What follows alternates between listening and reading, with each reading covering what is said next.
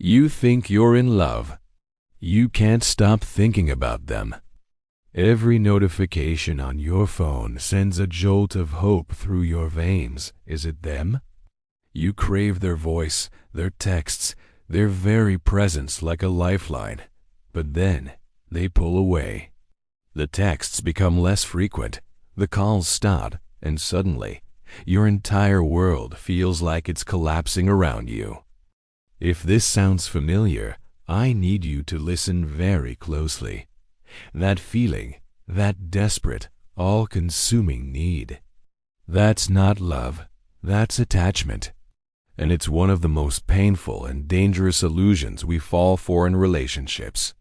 We've been sold a romantic myth that this roller coaster of intense highs and devastating lows is what passion feels like.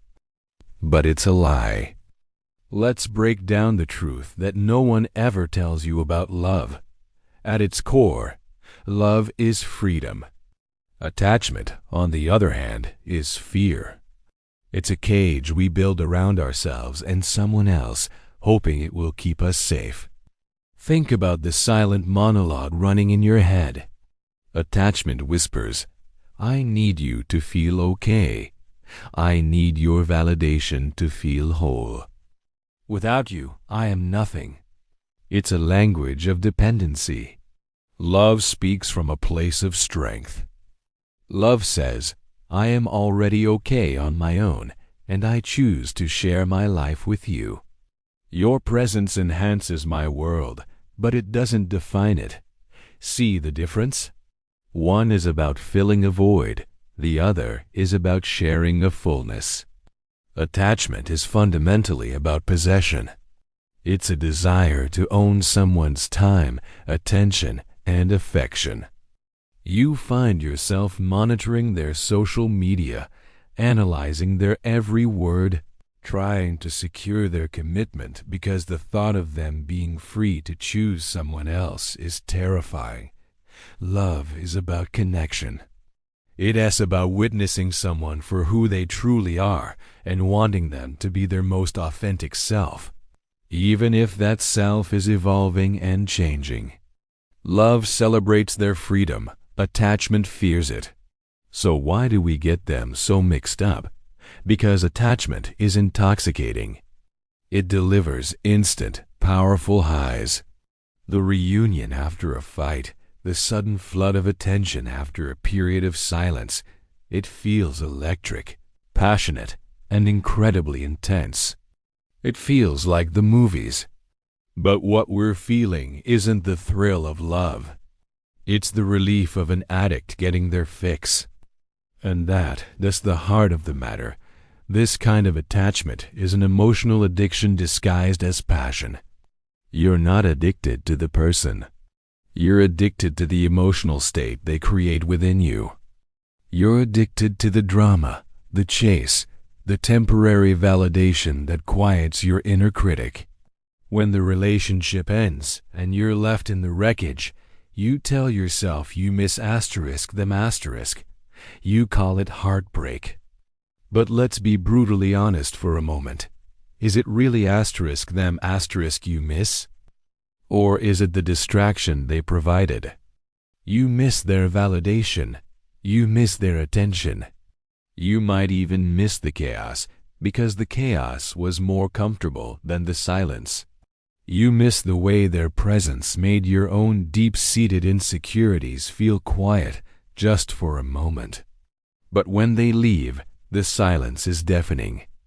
Because now, with no one else to focus on, you are forced to face what was truly missing all along.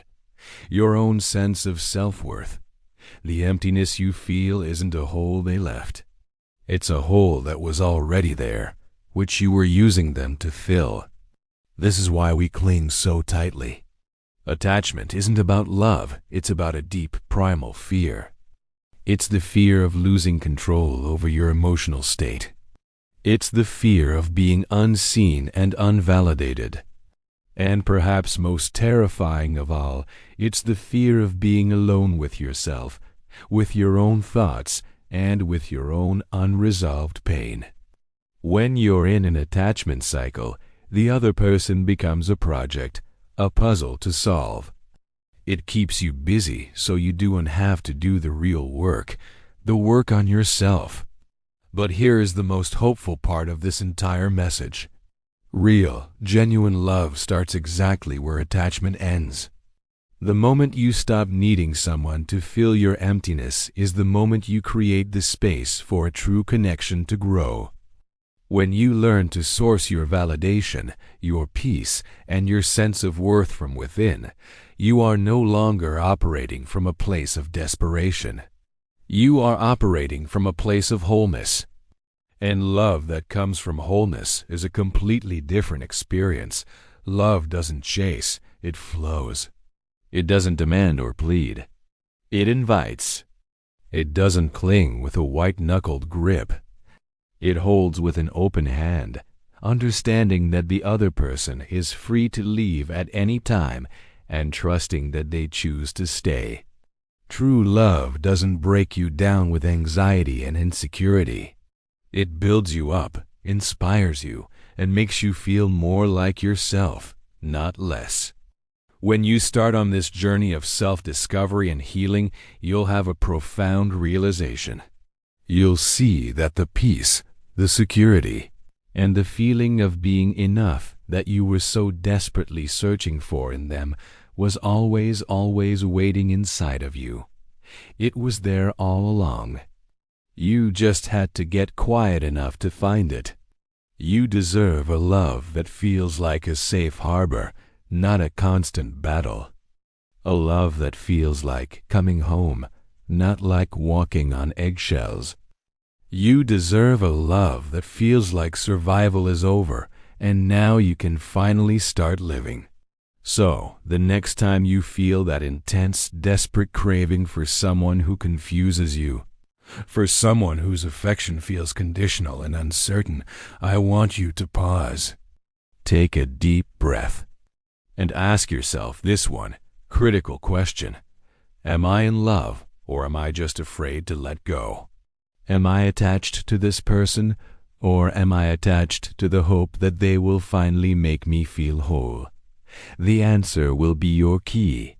Because as the saying goes, the truth may hurt, but it will always set you free. And true love doesn't hold you hostage. It sets you free. Thank you so much for watching. If this message resonated with you, please consider liking this video and subscribing to the channel for more content that helps you build healthier, happier relationships. Your support means the world. Take care.